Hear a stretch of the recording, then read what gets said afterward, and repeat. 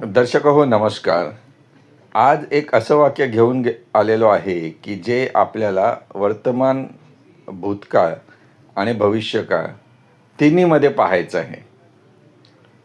आपण बऱ्याचदा असं म्हणतो की मी एक प्लॅन केलेला आहे, केलेला होता. तर हे वाक्य आपण बघूया.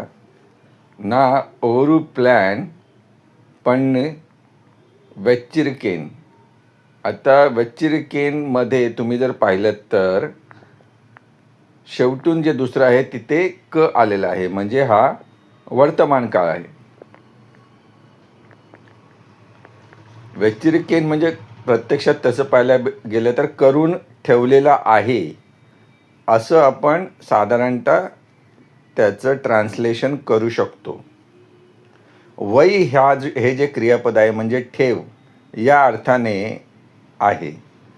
तर मराठीसारखं पाहिलं तर करून ठेवलेलं आहे. आता तेच मी एक प्लॅन करून ठेवलेला होता, तर आपल्याला फक्त शेवटचं जे क्रियापद आहे त्याचा काळ बदलायचा आहे. वच्चिरुंदेन.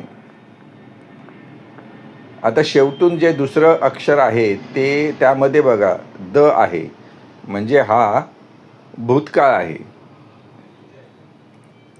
आणि तेच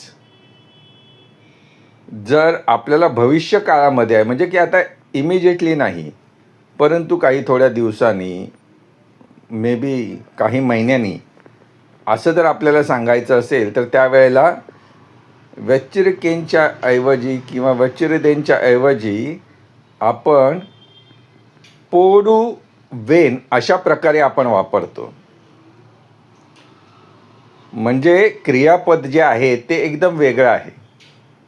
आता हे जे मी तुम्हाला सांगतोय ना ते सगळं बोली भाषेतलं आहे. तर याच्या ऐवजी पण दुसऱ्या प्रकारे हीच वाक्य बनवता येतात, बनवत आहेत, परंतु हा एक साधारणतः हे एक कन्व्हेन्शन आहे. तर नवीन वाक्यांसह पुन्हा नवीन व्हिडिओमध्ये भेटूया. धन्यवाद.